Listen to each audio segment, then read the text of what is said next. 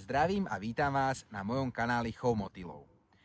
Od prvého videa, ktoré bolo intro na tomto YouTube kanáli, ubehol približne už asi rok, možno aj viacej.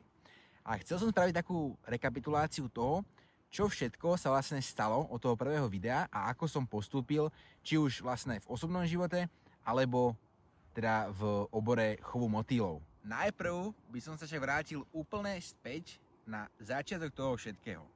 Úplný začiatok toho, ako som sa začal zaujímať o hmyz, sa datuje vlastne už od môjho narodenia, keďže ako malý už som v škôlke chytal rôznych robákov a pamätám si, ako som cez prestávky, keď sme boli vonku v materskej škôlke, chytal roháčov a hrabal v hnilých a práchnivých drevách larvy rôznych robákov.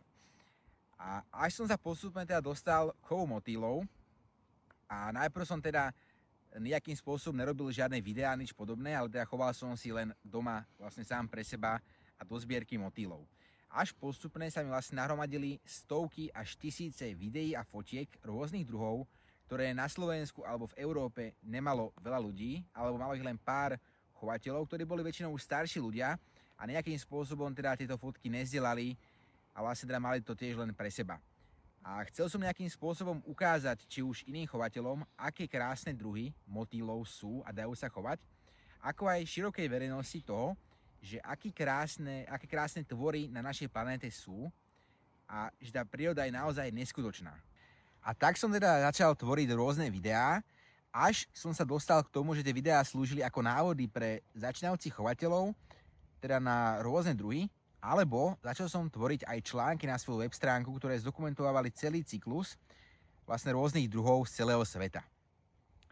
Následne som začal robiť aj prednášky po celom Slovensku, ktoré boli zamerané na či už chov motýlov, alebo všeobecné biodiverzitu a význam hmyzu na našej planéte, takisto aj jeho celosvetový pokles a ako mu pomôcť a spomaliť alebo zastaviť vlastne tento pokles.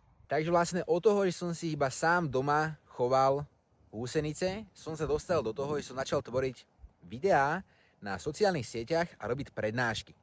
Avšak najväčší úspech, či už vlastne mojej kariéry v chove motýlov, ak sa to dá takto nazvať, a celkovo v mojom živote nastal tento rok, kedy som sa v júni dostal do Afriky na expedíciu.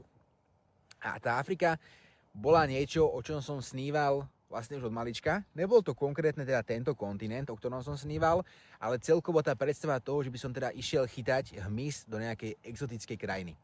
A bol som teda v Kamerúne na 2 týždne a táto expedícia mala obrovské úspechy. Dokonca sa podarilo tam priniesť kopec sáčkovaných jedincov, ktoré teda som daroval do napríklad Slovenského národného múzea v Bratislave alebo do Západoslovenského múzea v Trnave. Kopec týchto jedincov boli nedávno určené a identifikované ako nové podruhy, čiže vlastne sú prvé na Slovensku, ktoré som ja priniesol a teda skončili v týchto múzeách. Takisto vlastne od začiatku som sa dostal do Trnavského rádia, kde som vlastne mal rozhovor. Takisto nedávno vyšiel článok, ktorý bol publikovaný aj v novinách, takisto aj v jednom magazíne, ktorý bol teda zameraný na moju expedíciu.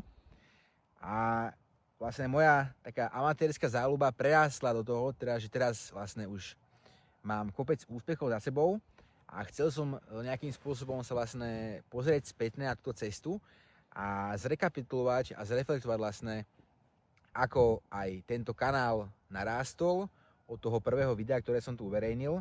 Takisto by som sa rád poďakoval všetkým, ktorí sa prihlásili na odber, ktorí pozeráte videá, lajkujete a komentujete, pretože bez vás by to teda nebolo možné. Takže kopec úspechov máme už za sebou. Ja som veľmi rád, že môžem s vami zdieľať moju cestu. A takisto nás ešte len čaká kopec nových vecí, pretože toto všetko je stále len začiatok mojej cesty. Čaká nás kopec nových videí, nových článkov o nových krásnych druhov z celého sveta. Rád by som vám ukázal, aj keď teda už kopec videí je zverejnených, kopec ďalších krásnych druhov, ktoré na našej planéte sú. A bol by som rád, keby tie videá vlastne nejakým spôsobom šírili osvetu toho, že tá príroda je naozaj najkrajší umelec, ktorý tu je a nedá sa nahradiť ľudskou rukou. Avšak dá sa ľudskou rukou zničiť. A je to taká možno výzva pre každého z nás uvedomiť si, čo robíme v našom každodennom živote a zmeniť tieto kroky, aby sme spoločne mohli zmeniť situáciu celosvetovo. Avšak ak chceme mať globálny impact, musíme najprv každý začať u nás. Pred prachom našich dverí, na našich záhradách, pred záhradkách, na našich balkónoch a podobne. Takže ešte raz vám ďakujem za sledovanie tohto kanála, za odoberanie, lajkovanie, komentovanie a pozeranie mojich videí. Ak sa vám toto video páčilo, ak sa vám páči môj obsah, ktorý tvorím, budem rád, ak budete v tomto pokračovať. Takisto ďakujem organizácii Young Talents Foundation, ktorá teda sponzorovala moju cestu do Afriky a vďaka tejto organizácii bola možná. A takisto ďakujem organizácii Cameroon Arc, ktorú založil môj kamarát, vlastne vďaka ktorej bolo možné túto Afriku navštíviť, pretože tam sídli, priamo v Kamerune. Blíži sa nám nový rok a ja vám prajem všetko dobré, veľa zdravia a šťastia do nového roka a aby ste v pokoji prežili tieto sviatky. S pozdravom, Jozef Adámek.